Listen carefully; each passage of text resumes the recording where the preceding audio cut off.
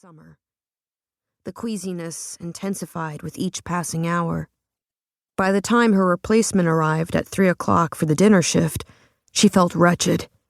The weather forecast was calling for afternoon storms, and the air was so thick with humidity, she struggled to catch her breath when she exited the diner on her way to her car. She was rummaging in her purse for her car keys when she spotted an unmistakably familiar figure. An elegant woman wearing a floral sundress with her chestnut hair tied back in a low ponytail, watching her from across the street. Shielding her eyes from the blinding sun, she called out, "Mama!" Her mother stared back at her, seemingly frozen in place. Gripping her purse close to her body, Julia moved to the edge of the parking lot. A stream of cars passed in front of her from both directions, and by the time the traffic had cleared, her mother was speeding off in the same silver Volvo wagon she had driven the last time Julia had spoken with her, 15 years ago. Julia's spirits plummeted as she walked back to her car and took off down Jungle Road toward home. The street name conjured up the image of a dirt road lined with wooden huts, surrounded by tropical trees with barefoot children playing hopscotch in dirt front yards. But Jungle Road was quite the opposite. It was a primary road on Edisto Beach, flanked on both sides by quaint gift shops, eateries, and weathered beach houses. As she drove, her mind drifted back to her mother. Why did she take off so suddenly? Surely she noticed I'm pregnant. Surely she'll want to know her grandchild. The hurt and anger from the past that faded from time to time but never truly went away gripped her chest.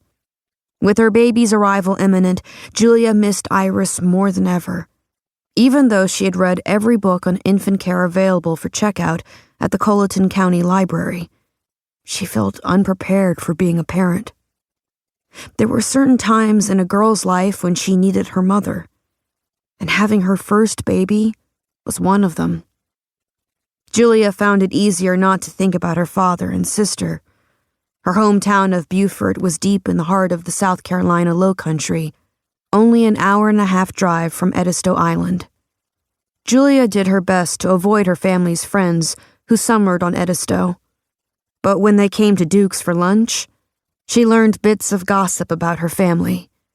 Enough to know her father had been promoted to executive vice president at his bank.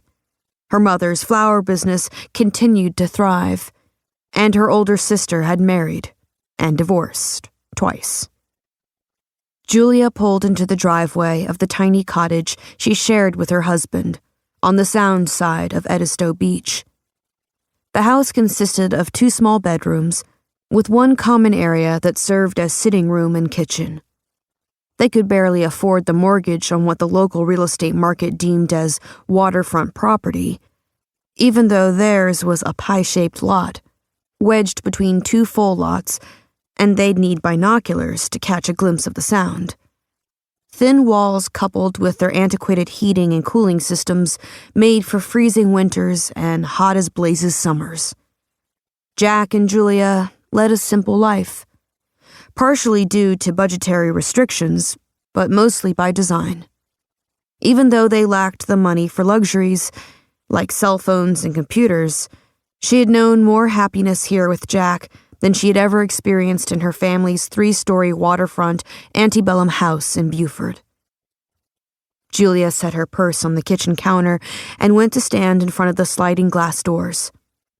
The wildflowers she had grown from seed around her dirt patio had wilted under the intense sun, despite her having watered them that morning. From the time Julia was a little girl, her mother had groomed her to take over her flower business. Julia had been majoring in studio art and minoring in marketing in preparation for that very thing when she had gotten pregnant with Jack's baby and dropped out of college to marry him. She had miscarried 2 months after they eloped. Broken-hearted at the loss of her baby, she had made a career out of becoming a mother, dedicating years and money they didn't have to fertility treatments that resulted in 3 pregnancies.